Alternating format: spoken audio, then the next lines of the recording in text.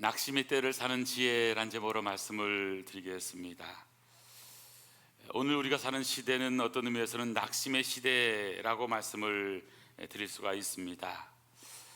우리가 쉽게 접하는 뉴스를 보면 희망적인 말, 긍정적인 말, 좋은 말보다는 우리를 낙심하게 하고 낭망하게 하고 낙담하게 하는 일들이 얼마나 많이 보도되는지 모릅니다. 잘 나가던 연예인들이 하나의 실수로 넘어져서 일어설 수 없게 되기도 하고, 또 우리가 살고 있는 지구촌만 들어도 전쟁의 소리, 러시아와 우크라이나 전쟁이 아직도 끝나지 않고 있는 어려운 상황들, 또 하마스 이스라엘의 그 어려운 전투들 보면서 이 지구촌을 뒤에 덮고 있는 많은 뉴스는 암울한 뉴스, 그리고 우리를 좀 속상하게 하고 또 낙심하게 하는 뉴스들로 많이 덮여 있는 것을 보게 됩니다. 세상을 살아가는 것은 결코 우리가 환상 속에 살아갈 수만은 없습니다. 분명한 사실은, 그러면 우리가 앞으로 살아갈 세상은 지금보다 더 좋아지고 희망차고 밝고 더 좋아질 것인가? 미래의 유토피아가 건설될 수 있을 것인가? 이것에 대해서 우리는 질문해 보지만, 사실 여러분, 쉽게 장밋빛 환상은 주어지지 않을 것이고 유토피아 쉽게 오지 않을 것이라는 것은 분명합니다. 우리는 이 나라 이 민족에서도 나라의 계속된 정치, 경제, 사회 모든 문화 속에서도 보면 우리가 정권이 바뀌면 또 새로운 정권이 생기면 그러면서 반복이 되지만, 할 때마다 희망을 갖지만 우리는 늘 절망하게 되는 것이 오늘 우리의 삶의 모습입니다. 어떤 의미에서 우리는 신뢰를 잃어버린 사회에 살고 있는지도 모릅니다. 정치에 대한 신뢰를 잃어버렸습니다. 또 국민들을 마치 잘못 아는 한쪽 부분과 한쪽 부분을 나눠서 서로 대립하게 하는 그런 많은 이 정치적인 대립의 상황 가운데로 몰아가는 세력들도 있는 것을 보게 됩니다. 저는 그런 시대 속에서 우리가 다시 한 번 더 교회로 눈을 돌려보더라도 코로나라고 하는 어려움이 마치 교회가 코로나의 온상이었던 것처럼 얘기하던 때도 있고, 또 다양함 속에서도 여기까지 온 것도 은혜지만 사실 저희들의 앞으로의 삶도 어떨 것인가에 대해서 우리는 고민하고 기도하지 않을 수 없습니다.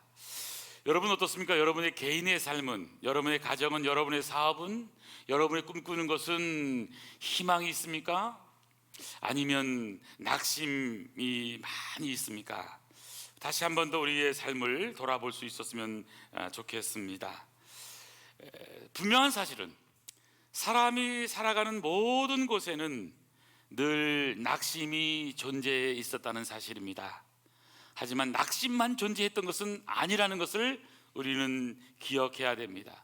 우리 대한민국도 일제 36년의 그 억압 속에서, 나라를 잃어버림 속에서 이제 거의 끝날 무렵 속에는 많은 민족의 애국 운동을 했던 분들이 돌아서서 또 이제 이 나라는 더 이상 소망이 없구나 하고 놓아서 변절한 경우도 많이 있었습니다. 6.25라고 하는 전쟁은 어떻게 6.25를 통해서 우리가 그래도 이렇게 지킬 수 있었는가 하는 것을 생각해 본다면 이건 기적이고 또 하나님의 은혜라고 밖에 볼 수밖에 없는 그런 일들이 많이 있는 것을 보게 됩니다. 낙심이라고 하는 단어를 사전에서 찾아보니까 바라던 일이 이루어지지 않아 마음이 풀어짐이라고 쓰고 있는 것을 보게 됩니다.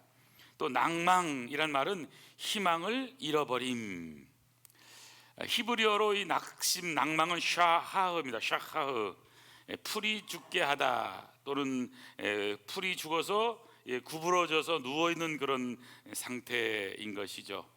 마치 사람도 병균에 감염되면 몸이 푹 죽어서 꼼짝하지 못하는 것처럼 풀도 이제 죽어버려가는 그런 상태를 표현하고 있는 그런 단어입니다. 1982년도에 미국 보스턴에 한 소년이 있었는데 낙심하는 한 소년이 있었습니다. 이 가정에 낙심할 수밖에 없었던 이유는 바로 이 소년이 숀 버틀러라고 하는 7살의 어린 소년이었는데 뇌에 암이 생겨서 의사로부터의 판정은 회생 불가입니다라고 하는 판정을 받게 되었습니다.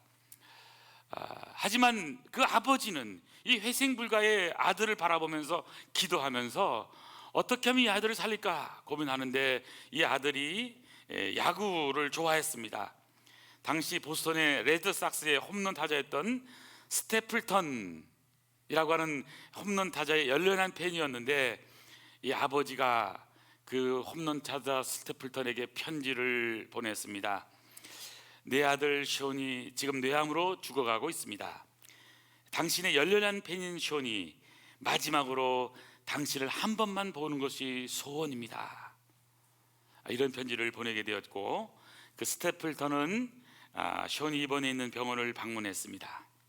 그리고는 숀을 만나서 희망의 메시지를 줍니다. 숀, 내가 스태플턴이다.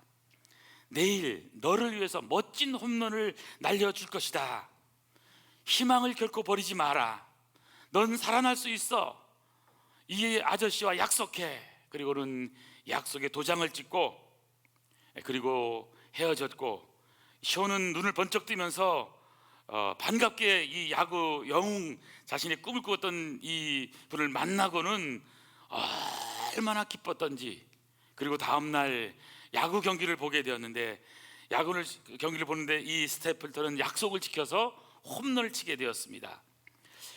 그때 이 소년이 얼마나 기뻤는지, 병상 가운데서 환호하면서, 그때부터 이 소년은 완전하게 회복의 기미를 보이면서 6개월 후에는 암세포가 사라졌다고 하는 그런 판정과 함께 태어날 수 있었다고 하는 그런 기록이 있습니다.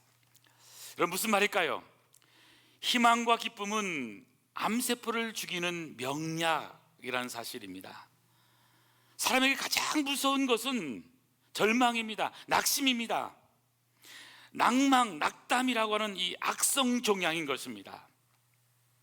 그러므로 오늘 우리의 삶 가운데서 낙심하고 절망하고 좌절하고 있다고 한다면, 다시 한 번 더 오늘 본문을 통해서, 오늘 성경 말씀을 통해서 우리의 삶에서 그럼 희망은 없는가 하는 것을 물을 수 있었으면 좋겠습니다.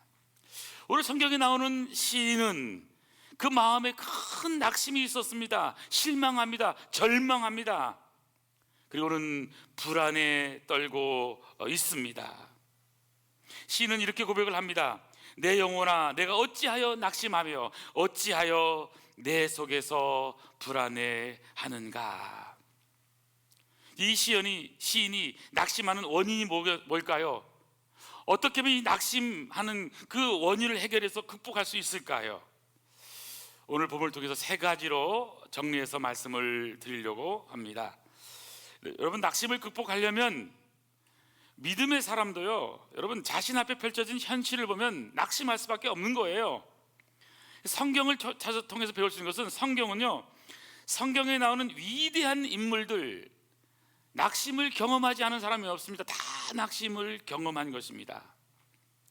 낙심하는 것은 믿음이 없기 때문일까요? 그가 하나님을 향한 뜨거운 사랑이 없어서 그럴까요? 그렇지 않은 것입니다. 낙심은 모든 사람들에게 찾아오는 것입니다. 낙심에서 예외된 사람은 없습니다. 성경에 보면 대표적으로 낙심했던 여러 사람 가운데서 예레미야 선지자를 들 수가 있을 것입니다. 예레미야 선지자는 유다가 멸망하는 어려운 상황 가운데서 유다의 멸망을 예언한 하나님의 위대한 선지자입니다. 하나님의 역사를 선포했던 위대한 선지자입니다. 그리고 또 예레미야 애가라고 하는 위대한 책을 쓸 만큼 그는 학자이기도 하고 위대한 선지자였습니다. 암울한 시기에 하나님의 섬김을 받도록 부름받았습니다. 그리고 유다가 멸망할 것을 선포했습니다. 회개하지 않으면 멸망한다. 회개하라. 회개하지 않으면 하나님이 분명히 멸망할 것이다. 그리고 온 나라의 사람들은 이 선지자의 말을 듣고 회개하는 것이 아니라, 저 예레미야는 말로만 선지자지 가짜다, 오히려 외국의 첩자다, 간첩이다, 그런 비난을 했습니다. 친구들도 비난합니다. 가족들도 예레미야에게 등을 다 돌렸습니다. 온 나라가 등을 돌리게 되었고, 하나님 앞에 신실했던 예레미야는 지독한 미움을 받고 박해를 받고, 그리고 조국 이제 이 멸망하는 그 처참한 속에서 성전이 파괴되고 나라가 망하는 것을 눈으로 목격하게 됩니다. 얼마나 힘들었던지 예레미야는 이렇게 자신이 고백을 합니다. 예레미야 10장 19절, 슬프다 내 상처여, 내가 중상을 당하였도다. 그러나 내가 말하노라, 이는 참으로 나의 고난이라, 내가 참아야 하리로다. 얼마나 상처가 깊었던지 중상을 당했다고 표현하고 있습니다. 고난이라고 표현하고 있습니다. 모든 믿음의 사람들은 그냥 쉽게 살아가는 것이 아닙니다. 여러분, 우리가 이 땅을 살아가면서 나는 큰 어려움을 당한 적이 없는데요 라고 하는 사람들은 큰 바다에 가지 않아서 그런 겁니다. 여러분, 유명한 그런 선장은 엄청난 파도 속에서 생겨가게 되는 겁니다. 이 동네에 있는 그런 우물에서 노는 사람은 큰 일을 만나지 않을 수 있지만, 그러나 더 위대한 일을 하는 사람들은 큰 어려움을 만나게 되는 거죠. 성경은 엘리야도 마찬가지죠. 엘리야도 하나님 앞에서 850대 1이라고 하는 승리를 했지만, 그는 결국에는 하나님 앞에서 빨리 죽여주세요 라고 절망할 만큼 그는 절망하고 낙심할 때도 있었습니다. 오늘 성경에 기록된 42편 시편은 우리가 일반적으로 다윗의 시라고 말합니다. 다윗이 하나님 앞에서 얼마나 위대한 일을 많이 했습니까? 하지만 다윗도 낙심을 경험하고 있습니다. 여러분 3절 보시면요, 사람들이 종일 내게 하는 말이 내 하나님이 어디 있느냐 하오니 내 눈물이 주야로 내 음식이 되었도다. 다윗에게 하는 말, 정말 하나님이 살아계시냐? 하나님이 살아계시다면 어떻게 이런 어려움을 당할 수 있느냐라고 말하고 있는 겁니다. 오늘날로 얘기하면 믿음이 좋고 충성되고 하나님의 신실한 믿음을 가진 분이었는데 가정에 여러 가지 어려움이 옵니다. 사업적으로 어려움이 옵니다. 마치 욥처럼 많은 고난을 당합니다. 그러면 사람들이 손가락질하면서 가짜일 거야, 분명 뭔가 문제가 있는 거야 라고 비아냥거리는, 조롱하는 소리를 들을 때 우리는 낙심할 수 있는 거죠. 여러분, 우리가 기억해야 됩니다. 인생이라고 하는 것은 늘 맑고 화창한 날만 있는 것은 아닙니다. 항상 비가 있는가 하면 바로 햇빛도 있고, 그리고 폭풍우가 있는가 하면 좋은 날씨가 있는 것을 생각할 때 우리의 모든 인생의 날 가운데는 그 모든 날이 있음을 기억하면서 우리가 혹시 낙심을 당한다고 한다면 믿음이 없어서 낙심을 당하는 것이 아니라, 내가 신앙이 떨어져서 낙심을 당하는 것이 아니라, 무슨 큰 죄가 있기 때문에 어려움을 당하는 것이 아니라 하나님 앞에서 무슨 뜻이 있다는 것을 기억할 수 있었으면 좋겠습니다. 우리가 잘 아는 욥을 생각해 보십시오. 욥도 그가 큰 죄를 지었기 때문에 낙심을 한 것이 아니라 그가 하나님 앞에서 신실함의 모습을 함에도 불구하고 사단이 시험하는 자가 얼마든지 어려움을 겪게 할 수 있는 거죠. 하지만 욥의 고백은 무엇일까요?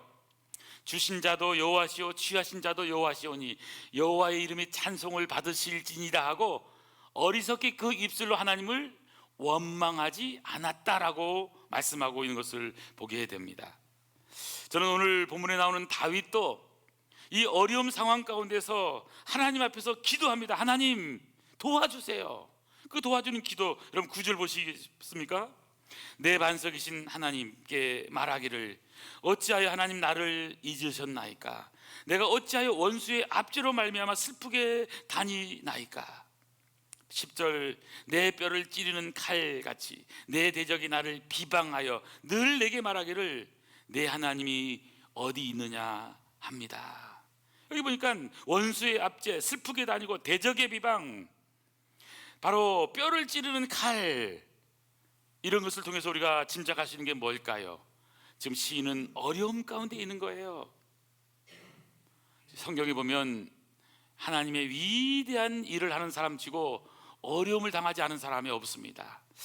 혹시 여러분 이렇게 생각할 수 있으면 좋겠습니다. 내가 힘들고 어려울 때마다 무슨 뜻이 있겠지 생각하면서도요, 하나님이 이것을 통해서 더 놀라운 일을 이루실 분명한 하나님의 계획이 있는 거야.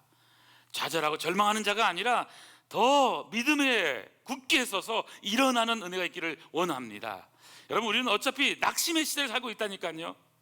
하지만 낙심의 시대를 산다고 여기서 절망하는 것이 아니라 낙심을 극복할 수 있는 하나님을 향하여 나아가서 사슴이 시냇물을 찾기에 갈급한 것처럼 우리의 영혼이 주를 찾아 갈망하며 주님의 은혜를 찾아 구하며 하나님을 향하여 나아가서 하나님의 은혜 안에서 믿음으로 승리하는 아름다운 복된 성도 되기를 간절히 소원합니다. 오늘 두 번째 배우는 것이 있습니다. 낙심을 극복하려면요, 하나님께 소망을 두고 받았던 은혜를 기억해야 된다는 사실입니다. 낙심을 극복하는 다양한 방법이 있겠지만 여기 6절 보십시오. 내 하나님, 내 영혼이 내 속에서 낙심이 됩니다. 그럴 때 시편 기자는 어떻게 고백하셨습니까? 내가 요단 땅에서, 헤르몬 산에서, 미살 산에서 하나님이 함께했던 위대했던 과거의 역사를 기억하고 있는 것입니다. 과거에 받았던 은혜를 기억하고 있는 것입니다. 여러분, 우리가 어려움을 당했을 때 우리는 이렇게 기도하잖아요. 하나님, 이 어려움 가운데 도와주세요, 살려주세요. 그러면 제가 하나님을 위해서 뭐 하겠습니다. 아플 때 그렇게 기도하잖아요. 하나님, 내가 이 아픈 곳에서 살려주시면 이렇게 하겠습니다. 살려주세요. 그럼 어떻게 하죠? 우리 인생은요, 참 가슴 아프게 잊어버리는 은혜가 있습니다. 잊어버리는 거예요. 까맣게 잊어버립니다. 여러분, 생각해 보세요. 우리가 하나님 앞에 맹세하며 기도하며 하나님 이번만 도와주세요, 하나님 그러면 잘할게요, 뭔가 할게요, 이렇게 작정하지 않으셨어요? 얼마든지 그럴 수 있다니까요. 그러나 여러분, 우리가 어려움 속에서 극복하는 방법은 과거에 받았던 은혜를 다시 한 번 더 기억하는 것입니다. 여러분이 은혜 받았던 자리는 어디입니까? 그 은혜 받았던 자리로 다시 가는 거예요. 예수님을 처음 받았던 그 자리, 눈물 흘리면서 콧물 흘리면서 땅바닥을 치면서 나 같은 죄인 살리신 주님의 은혜 때문에 내가 이 자리에 온 것입니다 하고 고백할 수 있는 그런 자리, 그 은혜 받았던 자리가 있는 것입니다. 하나님께 소망을 두고 은혜 받았던 그 자리로 나아가는 저와 여러분 되었으면 좋겠습니다. 여러분, 7절에도 보니까 주의 폭포 소리에 깊은 바다가 서로 부르며 주의 모든 파도와 물결이 나를 휩쓸었습니다. 과거에 베풀어 주신 은혜를 기억해 보니까 마치 밀려오는 거대한 파도처럼 놀라운 어떤 영적인 그런 은혜가 내게 밀려오는 것을 느끼고 있다고 하는 그런 표현인 것입니다. 낙심될 때 우리는 하나님의 은혜 받았던 자리를 기억해야 됩니다. 하나님의 약속의 말씀을 기억해야 되는 것입니다. 분명한 사실은 하나님은요, 자녀들이 잘 되기를 원하세요. 어느 부모가 자녀가 못 되기를 원하는 부모가 어디 있습니까? 선생님은 때리고 정학을 시키고 퇴학을 시킬 수 있습니다. 그러나 부모는요, 못된 자녀도 슬피 울면서 정말 어떻게 하면 잘 되게 할까, 이것이 부모의 심정입니다. 한 일주일 전인가요? 우리나라의 유명한 그 그룹의 어떤 분이 형제의 난이 있었잖아요. 최근에 H 그룹에 있었습니다. 근데 그 아버지의 그 유언장을 이제 소개한 것을 봤습니다. 이 동생이 형을 계속 이렇게 수하니까 가정이 막 파탄이 나고 그러는데, 돌아가신 아버지의 글은 뭘까요? 마음 뭘까요? 어쨌든 나눠주고 서로 이렇게 잘 사랑해서 살면 좋겠다. 여러분, 이게 부모의 마음입니다. 부모는 자녀가요, 자녀가 어느 부모를 특별히 사랑해서 그 자녀만 사랑하지 않습니다. 더 안 되고 힘든 자녀를 생각하면 마음이 아파요. 어떻게 도와줄 수 없을까 하고 생각하는 것이 부모의 마음입니다. 하나님은 우리의 아버지시잖아요. 아버지 하나님은 자녀가 잘 되길 원하세요. 우리가 뭐 착하게 살고 또 무슨 뭘 잘했기 때문에 하나님을 축복하는 게 아닙니다. 부족해도요, 하나님은 우리를 사랑해 주세요. 하나님은 사랑이시거든요. 그래서 하나님은 우리 모든 하나님의 백성들, 우리 청담 아름다운 성도님들 한 분 한 분이 잘 되기를 원하세요. 저도 여러분이 잘 되기를 원합니다. 여러분이 기도하는 제목들마다 다 응답되기를 원합니다. 하나님이 함께해서 놀라운 축복의 역사가 경험되기를 저는 원합니다. 여러분, 낙심될 때마다 우리는 꼭 기억을 할 것이 있습니다. 그 기억은 뭐냐면 로마서 8장 28절 하나님의 약속의 말씀을 붙잡는 거예요. 자, 한번 붙잡아 볼까요? 같이 한번 읽어보죠. 시작. 우리가 알거니와 하나님을 사랑하는 자 곧 그의 뜻대로 부르심을 입은 자들에게는 모든 것이 합력하여 선을 이루느니라. 아멘, 아멘. 하나님을 사랑하면, 하나님의 사랑을 받는 사람들, 그 뜻대로 부르심을 입은 모든 하나님의 사람들은요, 아름다운 성도들은 모든 것이 합력해서 선을 이루게 된다고 하는 사실입니다. 저는 그런 의미에서 우리 아름다운 성도님들, 하나님께 소망을 두고 받았던 은혜를 기억하고 하나님이 함께해서 잘 되게 하실 하나님을 찬양하는 저와 여러분 되기를 간절히 소원합니다. 갈라디아서 6장 9절에도 보니까 우리가 선을 행하되 낙심하지 말지니 포기하지 않으면 때가 되면 거둔답니다.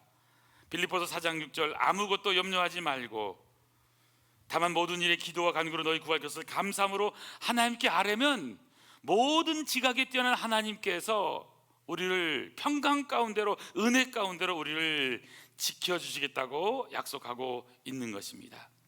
낙심의 상황을 만난다 할지라도 결코 희망의 끈, 소망의 줄을 놓치지 마시기를 바랍니다. 어려울수록 지난날 받았던 은혜를 기억하십시오. 하나님의 약속의 말씀을 붙잡으십시오. 하나님의 약속을 주장하십시오. 하나님은 잘 되게 하신다라고 하는 그 하나님의 놀라운 은혜를 붙잡고 다시 일어나는 아름다운 성도 되기를 축원합니다. 마지막 하나만 더 본다면, 낙심을 극복하려면 모든 환경과 상황을 발전과 배움의 기회로 만들어 가야 한다는 사실입니다. 환경을 통해서 우리는 메시지를 들을 줄 아는 그런 지혜자가 되면 좋겠다고 생각을 합니다.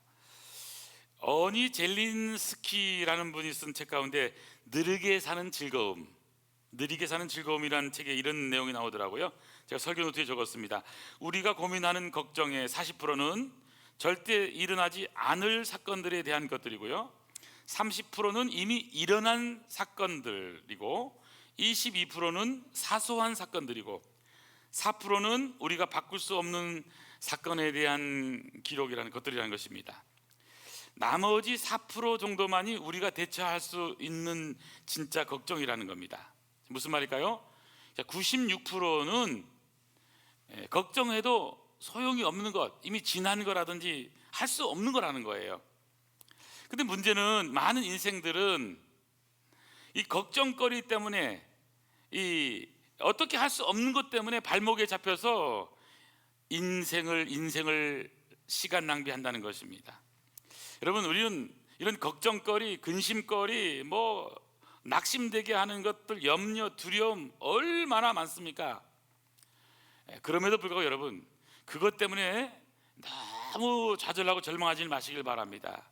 어떤 환경, 어떤 상황은요, 우리에게 메시지가 있는 거예요. 그래서 신앙생활을 하면서 알아야 될 사실은 뭐냐면, 우리는 하나님이 함께 하시면 잘 될 거라는 믿음을 갖고 살아가는 것이 얼마나 중요한지 모릅니다. 여러분, 낙심하는 것이 낙심이 사람을 낙심케 하는 것이 아닙니다. 낙심을 좋아하는 그 낙심의 마음이 낙심케 하는 거예요. 그래서 여러분, 이 시간 이런 마음을 가지길 바랍니다. 하나님이 나와 함께 계셔서 나는 하나님의 자녀로서 잘 될 거야 하는 믿음을 갖는 거예요. 미국의 대통령 가운데서 4번이나 대통령을 한 유명한 분이 있죠. 루스벨트 대통령. 근데 이분이 39살에 정치 활동을 왕성하게 하던 39살에 갑자기 이 신체 장애가 옵니다. 소아마비가 되게 됩니다. 그리고는 이제 다리에 쇠붙이를 고정시켜서 휠체어를, 신세를 지지 않을 수 없는 상황이 되게 됩니다. 이 정치하는 사람이 완전히 절망에 빠지게 되는 거잖아요. 그래서 이것을 이제는 더 이상 밖에 나가지도 않고 방에서만 그냥 방콕해서는 살아가는 이 남편을 옆에서 지켜보던 아내가 있습니다. 아내. 그 아내라는 분이 엘레너 루스벨트라고 하는 분입니다. 근데 이분이 이 남편을 보면서 용기를 주고 계속해서 안 되었다고 합니다. 어느 날 비가 많이 오고 그친 날, 맑게 개인 어느 날 남편을 휠체어를 밀면서 산책을 나갔다고 합니다. 그때 이런 얘기를 했답니다. 비가 온 뒤에는 반드시 이렇게 맑은 날이 옵니다. 당신도 마찬가지입니다. 뜻하지 않는 병으로 다리는 불편해졌지만 그렇다고 당신 자신이 달라진 건 하나도 없잖아요. 그러니 조금만 더 힘을 냅시다. 이 말에 남편이 뭐라고 대답하겠습니까? 뭐 그냥 예스하고 그냥 따라가면 얼마나 좋겠습니까? 응? 무슨 말이냐고. 나는 끝났다고. 나는 안 된다고. 나는 할 수 없다고. 나는 영원한 장애자라고. 응? 그리고 오히려 아내에게 불평하고 원망했다고 합니다. 응? 그러면서 이제 이 루스벨트가 그런 말을 했다는 거예요. 나는 영원한 장애자라고. 그런데도 당신 이 장애자인 나를 사랑할 수 있겠냐고. 그때 이 아내가 이르기 때문에 아니 여보, 그럼 지금까지 나는 당신의 두 다리만 사랑했다고 생각하나요? 나는 당신의 두 다리만을 사랑한 것이 아니라 당신을 사랑한 거라고.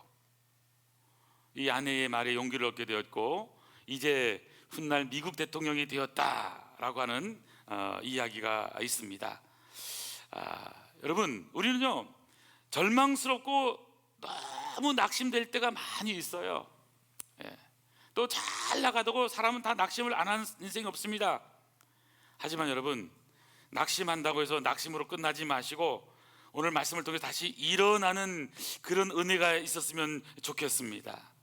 저는 특별히 믿음의 사람들이요 인생을 살아가면서 어려움을 겪는 것은 너무나 당연한 걸 생각을 합니다. 성경에 보면 경건하게 살고자 하는 자는 핍박을 받는다고 말씀하고 있습니다. 디모데후서 3장 12절 말씀이거든요. 여러분, 예수 믿으면서 핍박을 안 받으면 예수 잘 안 믿는 거라고 하는 성경의 말씀인 거예요. 그러니까 이 믿음의 사람들의 길은 편안하고 쉬운 길은 아니라는 것이 성경의 이야기입니다. 찰리 채플린의 말, 여러분 잘 아시는 말 가운데 이런 말 있잖아요. 인생은 멀리서 보면 희극이고 가까이서 보면 비극이다. 사실 여러분, 우리 인생이라고 하는 것은 하루하루 살아가는 게 그렇게 쉬운 일이 아닙니다. 우리가 보기엔 저분은 참 행복해, 저분은 참 잘났어, 이런 분들도요 그 속에 가까이 가보면요 다 문제가 있는 것을 보게 됩니다. 저는 그런 의미에서 오늘 우리가요 똑같은 하루를 살아도 어떻게 살아가냐가 참 중요하거든요. 여러분, 우리가 인생을 바꾸려면요 오늘 하루를 바꿔야 됩니다. 아니, 나를 바꾸지 않으면 인생은 바뀌어지지 않는 것입니다. 내 인생은 여러분 은혜지만 내가 만들어 나가야 되는 거예요. 하나님 앞에 기도할 것은 뭐냐면 내가 할 수 없지만 주님의 은혜가 필요합니다. 나를 좀 도와주세요. 수영할 줄 모르는 사람은요 수영장을 바꾼다고 해서 수영을 할 수 있는 것이 아닙니다. 일하기 싫어하는 사람이 직장을 바꾼다고 일을 잘할 수 있을까요? 건강을 모르는 사람은요 아무리 비싼 약을 먹어도 병이 낫는 것이 아닌 겁니다. 모든 문제의 출발은 우리들 자신에게 있는 거거든요. 여러분, 나를 누가 제일 좋아해야 됩니까? 내가 나를 좋아해야 되는 거예요. 누가 나를 사랑해 줍니까? 다른 사람이 나를 사랑하기 전에 내가 나를 사랑해 줘야 된다니까요. 자기가 자기를 싫어하는 사람이 어떻게 다른 사람이 나를 좋아할 수 있을까요? 그래서 여러분 자신을 사랑하시고 여러분 자신을 좀 좋아하시고 여러분 자신을 좀 갖고 갈 수 있게 되기를 바랍니다. 그래서 인생을 살면서 힘들면 좀 머리라도 좀 자르게 가서 예쁘게 한번 해보시고요, 또 옷도 한번 사러 가보시고, 또 거울 앞에 서서는 또 좀 웃어보세요. 웃어보세요. 너무 인상만 쓰지 마시고, 여러분, 우리 인생이라는 것은요, 거울 앞에 있는 당신이 만드는 것입니다. 거울 앞에 서서 화내보세요. 그러면 당신의 인생은요, 화가 납니다. 거울 앞에 서서 웃어보세요. 그럼 당신의 인생은요, 웃는 인생이 되는 것입니다. 여러분, 화를 내면서 살아도 하루고요, 웃으며 살아도 하루라니까요. 웃어보세요. 웃어보세요. 근데 여러분, 어차피 하루는 똑같이 주어집니다. 자, 그렇기 때문에 우리 하루를요, 어떻게 대하며 살아가느냐가 우리 자세입니다. 불평 대신에 감사하는 삶을 살면 좋겠습니다. 부정적인 삶이 아니라 긍정적인 삶을 살면 좋겠습니다. 절망의 삶이 아니라 희망의 삶을 살면 좋겠습니다. 낙심하고 낙담하는 것이 아니라 격려하고 위로하고 용기를 주는 그런 삶을 살면 좋겠습니다. 어떻게 그렇게 살 수 있을까요? 그냥 되는 것이 아닙니다. 하나님의 은혜가 필요하고요, 하나님의 성령의 도움 없이는 될 수가 없는 것이죠. 그래서 오늘 성경은 이렇게 말씀하고 있습니다. 5절과 11절에 동일하게 하는 말씀이 뭘까요? 내 영혼아, 내가 어찌하여 낙심하며 어찌하여 내 속에서 불안해하는가? 너는 하나님께 소망을 두라. 그가 나타나 도우심으로 말미암아 내가 여전히 찬송하리로다. 하나님이 도와주시는 도움의 표현이 나옵니다. 그가 도와주신데 어떻게 도와주십니까? 오늘 성경이 이렇게 말씀하고 있습니다. 그가 나타나 도우심으로 말미암아. 자, 도와주시면 내가 여전히 찬송하는 삶을 살 수 있게 된다고 말씀하고 있는 것입니다. 여러분, 찬송하는 삶을 살 수 있습니까? 살고 계십니까? 찬송하는 삶은 하나님이 도와주시는 삶인 거예요. 전에 신동엽 씨가 나왔던 어떤 프로그램 같은데요, 나온 분들에게 질문을 했습니다. 여러분도 맞춰보시기 바랍니다. 질문이 뭐냐면요, 얼음이 녹으면 뭐가 되니?가 질문입니다. 옆에 분에게 물어보세요. 얼음이 녹으면 뭐가 되니? 시작. 얼음이 녹으면 뭐가 되니? 자, 뭐가 되죠? 예? 자, 물이라고 대답한 분은 기도를 많이 하셔야 돼요. 얼음이 녹으면요, 봄이 온답니다. 봄이 온답니다. 여러분, 우리는요, 너무 작게만 생각하고 있어요. 좀 비전을 가지시고 하나님이 우리를 향해서 꾸는 꿈을 꾸셔야 되는 거예요. 제가 어떤 책을 읽다가요, 찬양의 반대말이 무언가 이런 내용이 나오더라고요. 찬양의 반대말, 찬송 있죠. 찬양의 반대말이 뭔지 알아요? 찬양의 반대말, 찬양의 반대말, 예? 찬양하지 않는 거요? 그 책에 보면 이런, 찬양의 반대말은 교만입니다. 교만. 하나님을 찬양하지 않는 것은 교만해서 그런 거라는 거예요. 여러분, 어떻게 찬양해야 될까요? 하나님은 위대한 분이십니다. 자비로우신 분이십니다. 하나님은 영광 받으시기 합당한 분이십니다. 온 인류 만물을 만드신 위대한 창조주십니다. 내 인생을 만드셨고 내 앞으로의 모든 삶을 주관하시고 계획하시고 섭리하시는 하나님은 진짜 하나님이십니다. 우리가 믿는 하나님은 진짜 하나님이십니다. 이렇게 찬양하는 삶이 복된 삶이라고 하는 사실입니다. 저는 저와 여러분이 다시 한 번 더 찬양하는 아름다운 삶을 살아가는 성령 충만한 아름다운 복된 성도 되길 간절히 소원합니다. 그래서 앞으로의 모든 삶 가운데 여러분 행복하시기 바랍니다. 찬양하는 삶을 사시길 바랍니다. 그래서 우리의 어려운 시대 속에서 하나님께 영광이 되는 아름다운 복된 성도 되기를 원합니다. 기도하시겠습니다. 하나님 아버지, 우리 현실을 보면 불안하고 낙심할 수밖에 없는 상황이 많습니다. 소망 되시는 하나님만 바라보게 하여 주시옵소서. 현실을 바라볼 때 하나님의 약속의 말씀을 붙잡고 우리가 살아가는 동안 주님을 찬양하며 평생 동안 주님만 찬양하며 사는 아름다운 복된 성도 되게 하여 주시옵소서. 성경에 나오는 모든 인물들도 낙심을 경험했습니다. 하지만 우리가 낙심될 때마다 주님께 받았던 은혜를 기억하게 하시고 기도했던 기도 응답의 시간들을 기억하게 하시고 우리의 모든 상황들, 우리 신앙의 발전과 배움의 기회로 만드는 아름다운 지혜로운 성도 되도록 축복하여 주시옵소서. 모든 영광 주님께 올려드리옵고 예수님의 이름으로 기도하옵나이다. 아멘.